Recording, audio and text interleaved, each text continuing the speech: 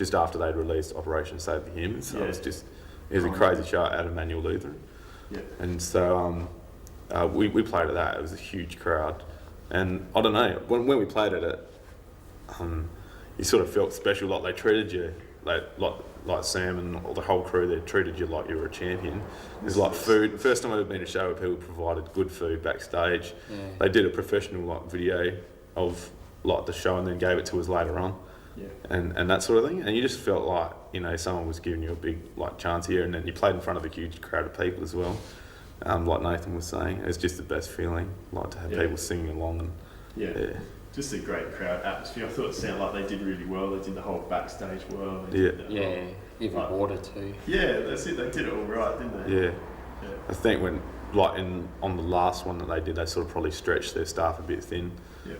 With like running like a couple of stages and then other things as well, and then just the venue and everything just didn't work well for them. At least we got to play on the big stage, not the little one. That was good. Yeah. It was fun. Yeah, it was a played good on gig. the big stage both times. All 3 times. Right. This is good fun. And where did you guys play in Paris? Like what spots did you play? Do you remember? On the last one, we played probably 4th, I think. Probably just before. I think there was Shane Shepherd, then Edison, and then STR. Yeah. After us, and then the one before that we played because the one before. Oh, actually, we played 4. We played after 4. Shane, didn't we? No, we played 4. So the one before that we sort of played earlier in the day, but that was on main stage. That was probably around 2 o'clock or something, main stage. And then the year before we played second to last, but that was on the second stage. Yeah. So, and then the year before that, obviously, sort of halfway through again. So we sort of became regulars for the Herald sort of thing. So it's cool, and then sort of moved up the ranks. But not that that's what we were trying to do, but it was nice to get that sort of appreciation. Yeah. So, I think people liked us more when we started writing new songs, because for the first couple of years we probably played the same songs, same stuff over and over. And what about Freedom Party or any other? Did you play any other? Yeah. 2 of them. Yeah, played one Freedom Party. One. Yeah, that was good that year. They had Nagasaki come from, which were like, at the time, they were sort of like a rap core sort of band. And they were pretty cool from Queensland, from Brisbane. Navy blue one. I think it was because I got up on stage and danced, wasn't it? The 2 Bucks crew. Okay, recording. Yep, so any other festivals? Any other stuff that you played on? Freedom Party? I think we mentioned everything. Yep. That's cool. What about radio interviews? You guys been to Life FM? Yeah. Yeah. Been in there a few times. Yeah. And just talk me through their sort of support and Oh, yeah, they've been pretty good. Like when we released CDs in the past, they've had us in, sort of thing. And then they played lots of songs that have been sort of embarrassing, like, you know, older stuff. Yeah. They tend to play a lot of that. So we'd like them to start playing the new stuff when we eventually get it out there. Into the Not yet. But we will be, yeah, definitely. Yeah. So, but they've been very good for that sort of thing, and obviously they advertise. Give it a good thrashing. Yeah, they've given that a good thrashing. And they're good to advertise the shows as well. Yeah. Sick. Yeah. It's very cool. Future goals. What's the band's sort of future goals? Well, International rock stars. international rock star. Stadium rock. I'd like to think that we just do whatever that we've all been put together to do. Yeah. So far as achieving what God's got for us, and I guess like over the last couple of years, God's revealed different things for us to do, and we've done them, and they've just been like pretty sensational, and satisfying experiences. So this year I'd probably like to do some more touring when it's good for a good time for all of us to do that. That'd be cool, because just getting away with each other as well. Like all the guys here, I would like to consider them like they're my brothers. Like Nathan is my brother. Yeah, he is my brother.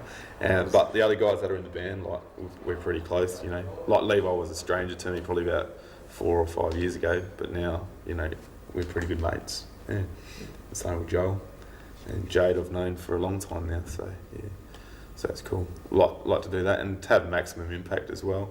Like whether it be through recorded stuff or actually getting out there and doing it. So, yeah. I'd like to travel more, like even more interstate. Get some more road trips on. Yeah. It would be nice if we didn't have to work and do all that. I'd like to maybe fly somewhere instead of driving there. Get on the plane.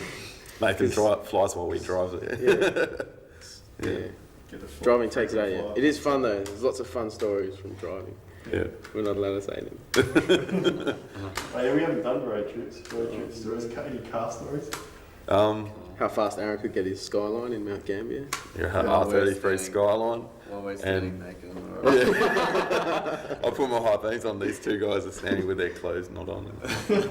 So they jumped out from some trees. And covered I up. chased them down in the Skyline, but then they ran into the woods, so I couldn't follow them.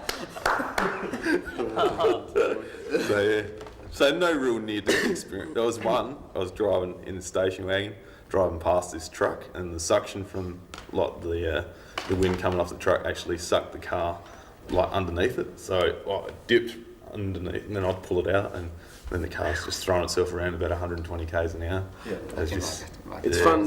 fun billeting with people, staying with different people. yeah. Mount Gambier was anywhere in the country is fun to stay at people's houses with families and stuff. Levi and I both stayed together with these people, and they liked to talk about the Blue Lake.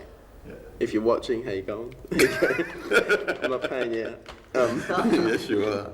Yeah. But all they did was talk about the Blue Lake, and we had some fun, family dinners with them and stuff. Where I was like grabbing Levi's leg under the table, having a bit of a laugh. It was good. Grabbing Levi's leg. Like, I'm not gay. Yeah.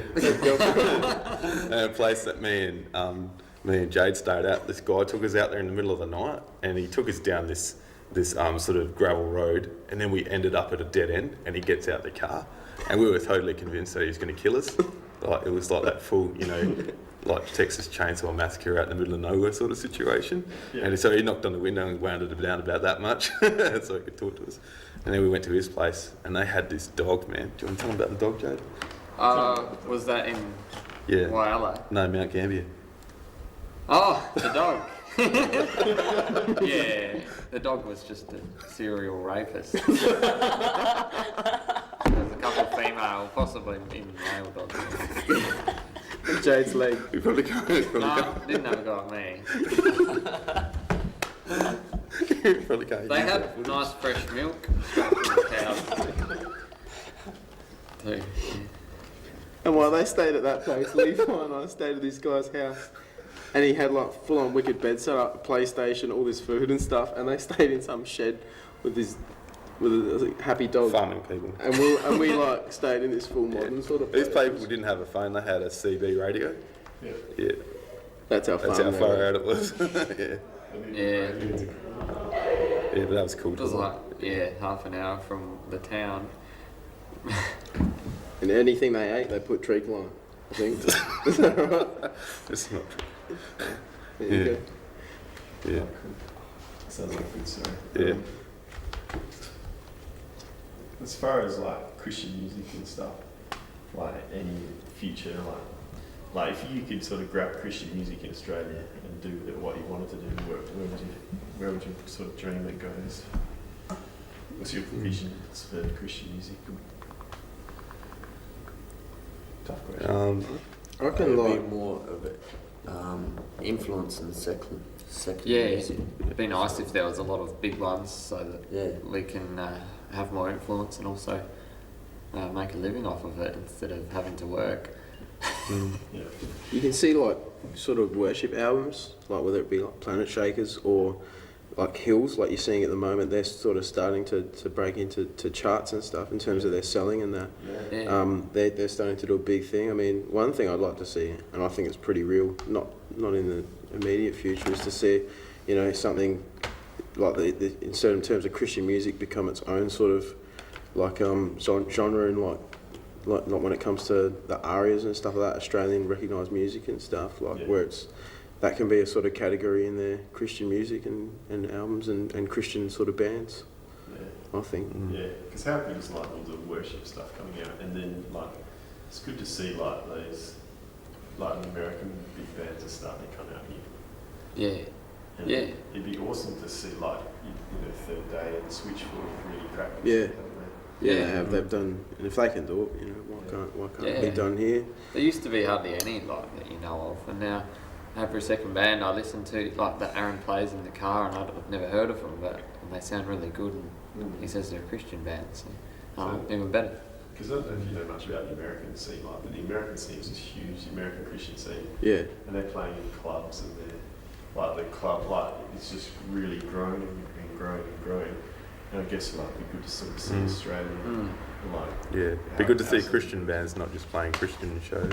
Yeah. If that makes sense. Yeah, and this Like as well as a place like this is just like the springboard for SA, isn't it? Yeah. So the underground is like that whole movement just sprung out of this zone. Didn't And it? if you looked at any sort of musical style at the time, they were the well, in most sort of street press, they were sort of described as being like the premier band for their scene, like Sarah's Cole, premier Punk Australian punk band, yeah, underground.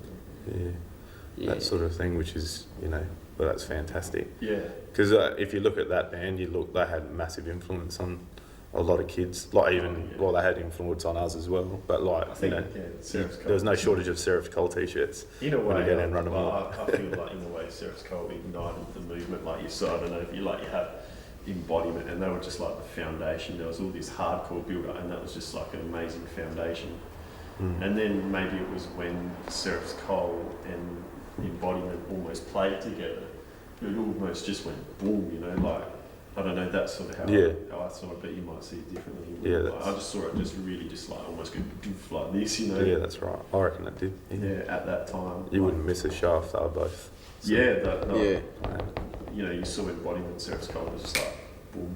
Yeah. and then once they started to get sort of radio play, like Seraph's got a little bit, more recognised in new, like sort of free magazines, street magazines, and that sort of gear. And I mean, you weren't just seeing them playing at Christian venues and stuff. They were playing with and supporting some big bands that came over from the States and interstate and stuff, and they were travelling a bit more.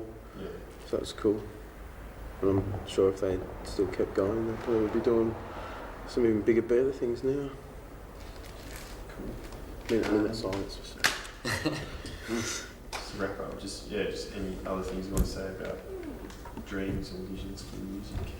Yeah, I think that it's important for like kids that are playing to be like, because we're talking mainly about bands and that sort of thing, which are like there's a huge place for that, like for kids playing bands. I think it's good if kids are sort of committed to their church as well and that sort of thing, because local church is what's going to meet the needs of that community, and maybe like not to look down on kids that maybe are just playing in church. Or not saying that we're doing that, but because how important are those church bands that spring out? Like there's so many kids like at our church that play in the bands and stuff, and I just see them every week rocking up, playing in worship and stuff. And they're good enough to be in a band, and you guys know like the transition phase from that. So we found it a bit hard. Well, to a degree, when we first started playing, I found it really hard because all I wanted to do was play in a band and play shows on a weekend, and then I had someone else telling me my priority should be like my youth group, and so I did, like for that time, even reluctantly it was, but I did make my youth group my priority. So we'd get offered shows at the underground like a bit earlier on in the night that we couldn't, on a few occasions couldn't do it. Like that was only like set on the bill to be able to be, for us to be able to play, and weren't able to do that, and then other sort of things that happened as well, and then other youth groups wanted you to play, and it was pretty hard to say no, but I did make like the youth group that I was part of my priority at the time, and so I think We still do now. we still do now. Yeah. Nathan goes solid, so that's his priority, and so like my youth group is my priority because I guess I run it. So, but if we've got a big show, I can always move it to Saturday. Like youth group, that is, not this show. We'll just try Which happens hard to sometimes. make it later in the Yeah, night. we'll try to make it hard later in the night. So, so if kids are doing that, that's a great training ground as well. I mean, that's effectively as players like me, Nathan, and Jade, and probably Levi as well. Just playing in that sort of setting is just a great opportunity to learn your instrument, but also to learn to serve God as well. And if you are gonna like be in a band, like that's deliberately setting out to like be in ministry, then I think to have that foundation and to be I don't know, to have those, be answerable to some people as well, and not just do your own thing, which is, I don't know, I but just like, found this place as very well was nice. so like supportive. Yeah. Like, you know, and it's a supportive crowd, and like it's just like a really good place to start out. Yeah, I should add as well that a band called Jeremiah's Cry, who were sort of like playing early days as well, are sort of doing the grunge thing, but they had frontman Jason Iannucci, Yeah. his name was, Yeah, I remember that. and he used to get up. That's He, cool. he was heaps preachy. That's what people said about him. But like he was, I just love the fact that he got up there and was really bold about his faith, and that sort of, when we first started out, that sort of inspired me to sort of do the same thing. Like I would, not to the same extent that he did, but to every time we played, be able to share like a basic sort of gospel message and let people know that that's what we were about, and like let them know that God loved them. So yeah. They were all good guys too, you know. Like, they were true blue. Yeah. They weren't just like mean. So yeah. But playing in churches and stuff's good also, because you get experience that you wouldn't get like otherwise. Like if your first gig you play is sort of a big gig or something, you're sort of confident playing in front of people. If you've done it heaps of times. Those church scenes, the music, Yeah. church concerts. Which church concerts? Like, did you play some shows at churches as well? Yeah, that's Yeah. mainly yeah. Yeah, I we mean, still they used do to. play I lots. mean, we just wrote some songs. We weren't really a band, and then all of a sudden they started calling us the Edge Band, because that was the name of our The youth youth group. group. So, you know, we didn't like try and be a band. We just like to write music, and then all of a sudden we were. Yeah. Wow. Yeah. But I mean, we all love playing our instruments, so Yeah. we'll never stop that. Yeah. I guess like I was talking to Levi earlier, and he was talking about like how he'd like to have a tough like sort of Christian band, or the toughest Yeah. sort of band. I think there's a lot of bands that do play in Adelaide, and a lot of kids do go out to shows, and those bands that are like that, the kids really respect them, I think, and Yeah. like you see, like even just the way they dress and stuff, like in the scene, like it just mimics what they've seen already as well. So there's influence in that way, but also in lifestyle and that sort of thing. If you can have bands that are respected in that way in the scene, that'd be cool. Like to have more Christian bands that are respected in that way, and then for people to see the values that are kept by those people, and to to hopefully be able to have that influence on the kids' lives that they have. And I guess that's why we do what we do, is to have that influence on kids, But with that comes great responsibility as well, because you can't say one thing and then live a different life. You've got to be able to hold up in every situation. To get out there, I mean, like, because you guys are obviously awesome role models for heaps of the next generation. Yeah, most of the time. Do We our best. try. We all fall short, but Yeah, we do. we do fall short, but we do try. Yeah. We just muck around, we're on tour, so Yeah. Yeah, none of the people watching us know what's going on. Well, that's it. We are. Have fun. we are. Yeah. Graham, can you